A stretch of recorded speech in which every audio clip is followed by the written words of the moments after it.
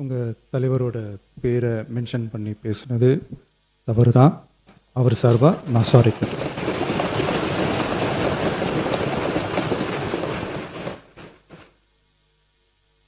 மாண்புமிகு பேரவைத் தலைவர் அவர்களே, தமிழக மக்கள் நம் உயிர் என்றால் தமிழக விவசாயிகள் நம்ம உயிர் நாடி. உலகில் ஜாதி, மதம், இனம், மொழி என அனைத்து வேறுபாடுகளுக்கும் அப்பாற்பட்டு நடைபெறும் தொழில் என்றால் அது விவசாய தொழில் மட்டுமே. உலகின் ஒரு மூலையில் உற்பத்தி செய்யப்படும் விவசாய பொருட்கள் உலகின் மற்றொரு மூலையில் உள்ள மக்களின் உணவு தேவையை பூர்த்தி செய்கிறது. எந்த நாடு உழவு தொழிலை மதித்து விவசாயிகளுக்கு உரிய பாதுகாப்பையும் ஆதரவையும் வழங்குகிறதோ அந்த நாட்டில்தான் மக்கள் வளமாகவும் மகிழ்ச்சியாகவும் வாழ முடியும். தமிழக வெற்றிக் கழக அரசு பல்வேறு நிதி நெருக்கடிகளின் மத்தியில் ஆட்சி பொறுப்பேற்றாலும் பதவியேற்ற 15 நாட்களுக்குள் விவசாயிகளின் கடன் சுமையை குறைக்க கடந்த 25/5/2026 அன்று குறு சிறு மற்றும் இதர விவசாயிகள் பெற்றிருந்த பயிர்க்கடனில் 50,000 ரூபாய் வரையிலான கடன்களை முழுமையாக தள்ளுபடி செய்ய ஆணை பிறப்பிக்கப்பட்டது.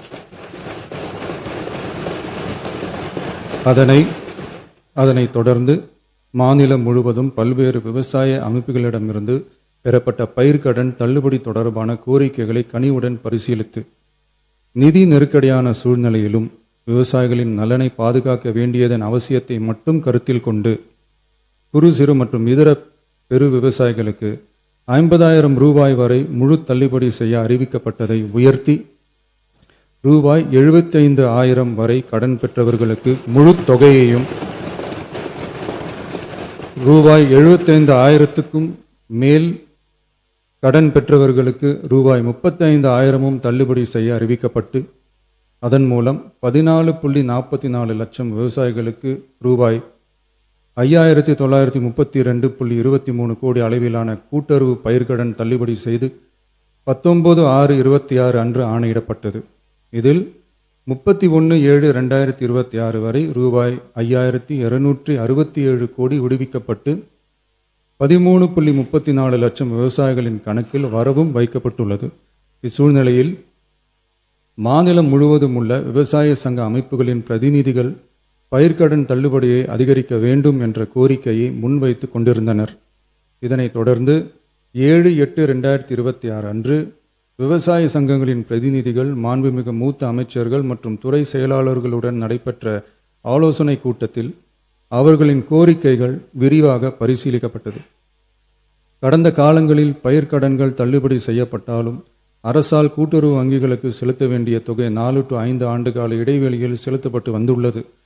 2021 ஆண்டில் பயிர்க்கடன் தள்ளுபடி செய்யப்பட்ட தொகை 2021 முதல் 26 வரையான காலத்தில் அரசால் 12 தவணைகளாக கூட்டுறவு வங்கிகளுக்கு செலுத்தப்பட்டுள்ளது.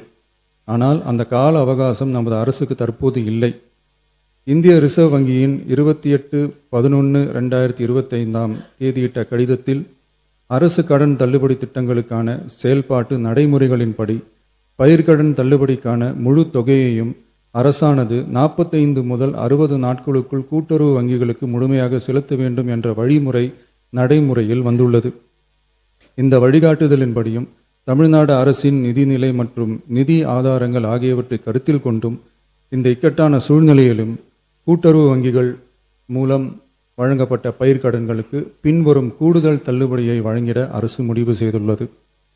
75,000 ரூபாய் வரை பெற்றுள்ள பயிர்க்கடன்கள் 100% முழுமையாகவும், 75,000 ரூபாய் முதல் 1 லட்சம் ரூபாய் வரை பெற்றுள்ள பயிர்க்கடன்களுக்கு அதிகபட்சமாக 75,000 ரூபாய் வரையும், 1 லட்சம் ரூபாய்க்கு மேல் பெற்றுள்ள பயிர்க்கடன்களுக்கு அதிகபட்சமாக 35,000 ரூபாய் வரையும் தள்ளுபடி வழங்கப்படும். இதன் மூலம் 75,000 ரூபாய் முதல் 1 லட்சம் ரூபாய் வரை பயிர்க்கடன் பெற்றுள்ள 2,38,264 விவசாயிகளுக்கு தலா 75,000 ரூபாய் வரை தள்ளுபடி வழங்கப்படும். இதனால் ஏற்கனவே பெற்ற தள்ளுபடி தொகைக்கு மேலாக 40,000 ரூபாய் வரை கூடுதல் தள்ளுபடி பெறும் வாய்ப்பு ஏற்படும்.